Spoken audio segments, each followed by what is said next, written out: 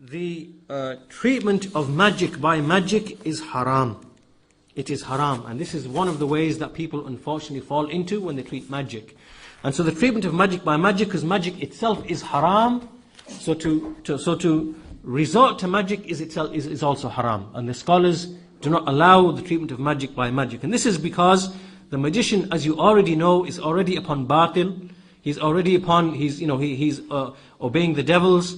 He's winning the assistance of the devils. And so to use magic, to repel magic, is just falling even more into that type of batil. And so this is why some of the scholars, they used to say that no one removes magic except a magician. Meaning that no one gets rid of magic with magic except a magician. Right? Because many people you see that they'll quickly be able to get rid of magic in an instant, but overnight it'll just disappear. Well, that person's actually used magic because he's used a stronger form of magic to repel the magic. So what happens is, you go to this person and he will say, right, I will cure you. Take your shirt off, leave it with me. Right, so we'll ask for your shirt. Right, this is a sign that he's going to be doing magic. So we'll take your shirt, and then he will do whatever he's doing. Really what he's doing is that he will then go, he will write a spell, he'll then invoke the jinn, a more powerful jinn, and he'll do even more acts of disbelief or disobedience or whatever else which is displeasing to Allah. And so the jinn will become even more happy with him. So they will then execute a more powerful form of magic. So then another jinn will be sent and dispatched off to that individual. This jinn will then kick out that first jinn. That jinn will then be kicked out. Right? He'll be taken out. And so that magic will appear to have ended. That's what it will appear to be. So that jinn will now, that magic will appear to have stopped. He will no longer have that pain in his arm anymore because the jinn's now gone. Or will no longer have like the depression or whatever. He'll feel better. And then wait 2 or 3 weeks, because the other jinn has now come, then there'll be some other effect and some other symptom and some other problem. Right? So then maybe he'll have a pain in his leg, or he'll have a pain in his back, or maybe he'll have some other problem. So now he goes back to the magician again. And so now you see that this now becomes a playfield for the magicians, and they steal the wealth of the people in this manner.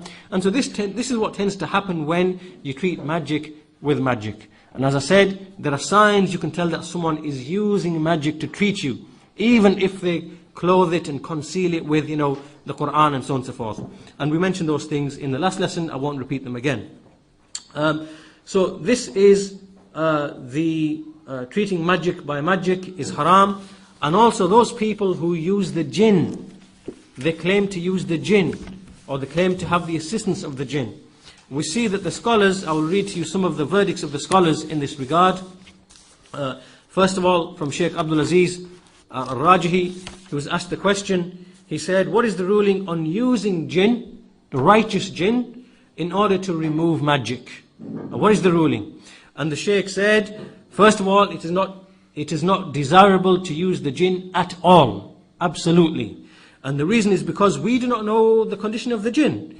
The jinn, they come and they speak, and they basically, we don't have any evidence to show that this jinn is in fact what he says he is. He could be a munafiq, he could be a rafid, he could be a Shia, because the jinn, amongst them are believers, disbelievers, amongst them there are Shia, amongst them there are Sufis, amongst them there are, there are all sorts of Qadaris, Jahmis, all sorts of deviant sects amongst them, just as the jinn themselves mentioned in Surah Al-Jinn.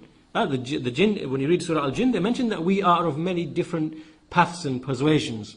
And so a jinn comes along and he says, I'm a Muslim, I'm righteous, I'll help you, whatever. But we have no evidence about whether he's speaking the truth or not. We can't see him. He could be a munafiq, he could be a mubtadi, an innovator, he could be a rafidi, Shia, could be whatever.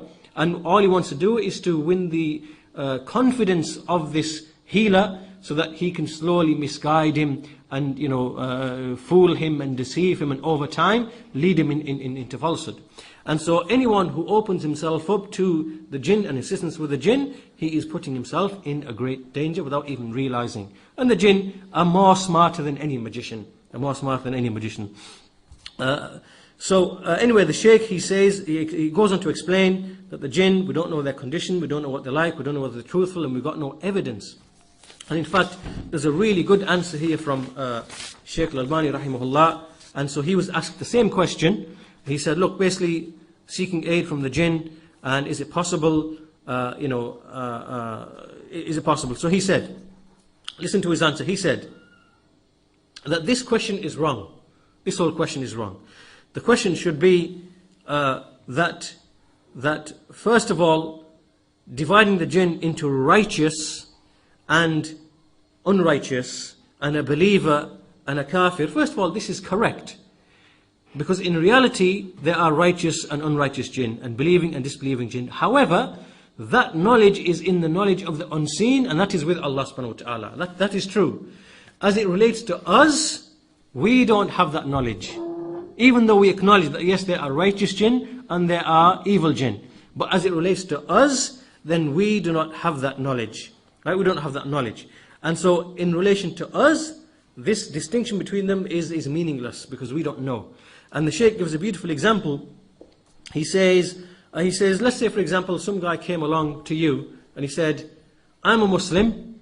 You've never seen him before. You don't know who he is. He just come out of nowhere. You've never seen him before. You don't know him. And he says to you, I'm a righteous Muslim. I want to do business with you. Let's set up a business. Now you, the first thing you want to say, well, wait a minute. I don't even know you. I don't know who you are, where you've come from, what you're about. I need to find out who you are. I need to find out what you're about. I need to know your background. And so there's no way you are going to do business with that individual, right? So the Shaykh says, look, this is the normal habit of a sane person. This is how he would react when someone comes. He doesn't know him. This is how he would behave.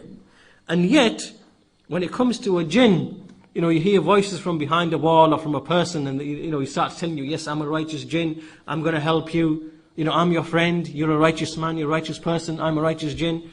How foolish is it for a man to start believing that, yes, indeed, this jinn is telling the truth. When the jinn are the most lying and deceitful of people.